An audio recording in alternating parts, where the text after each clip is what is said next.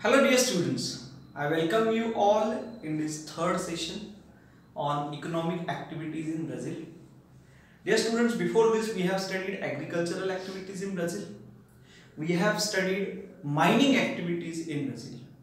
In this session, we are going to discuss fishing activities in Brazil.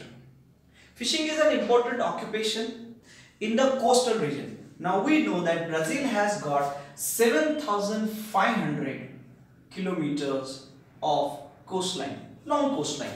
If you observe the map, the figure which is given, you see, I guess it is figure 8.3. Please observe.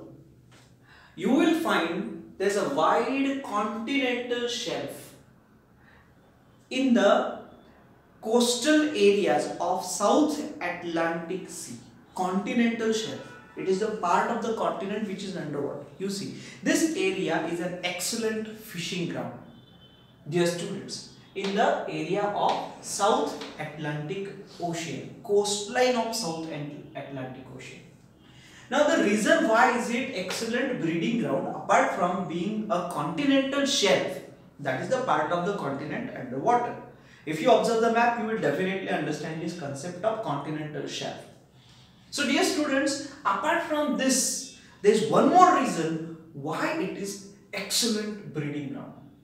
The reason is this part of South Atlantic Ocean is a meeting point for warm Brazilian current and cold Falkland current.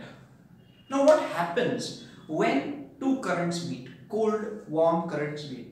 In these areas we see excellent food for fish, plankton, algae and different types of, you see, food for fish is available, so it becomes fishing ground. So it is quite natural that fishing activities have developed in this area. But let me tell you, in Brazil mainly fishing is practiced by small groups of individuals who use primitive, that is age-old techniques.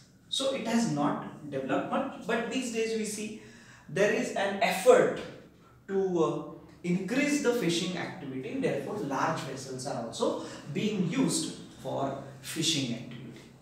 Now what are the fish that are found here? Swordfish, shrimp, lobsters, sardines. These are the fish that are found here in the areas of South Atlantic Ocean. Dear students, now we might wonder that in a country like India we see inland fishing. We do fishing in rivers also, lakes also. But in Brazil you won't find much of inland fishing. The reason is, dear students, you see, I have discussed the answer here. Inland fishing is not developed much in Brazil. The reason, you see, there are many rivers. Despite of this fact, there is inaccessibility. There is limitation on accessing these rivers. Okay. There is low density of population in the areas where there are wide, we may say, rivers. So we see because of this also there is limitation on fishing activity. Not much incentive to that activity, inspiration for that activity. We see in the coastal areas wherever the population is dense, the fishing activity is important, right? One more reason is primitive techniques being used by the tribals. Amazon forests, the equatorial forests are, we see, occupied by, or you may say, in a very limited number tribals reside here and they practice this activity for their survival. Okay, so it is not practiced for commercial purpose, inland fishing.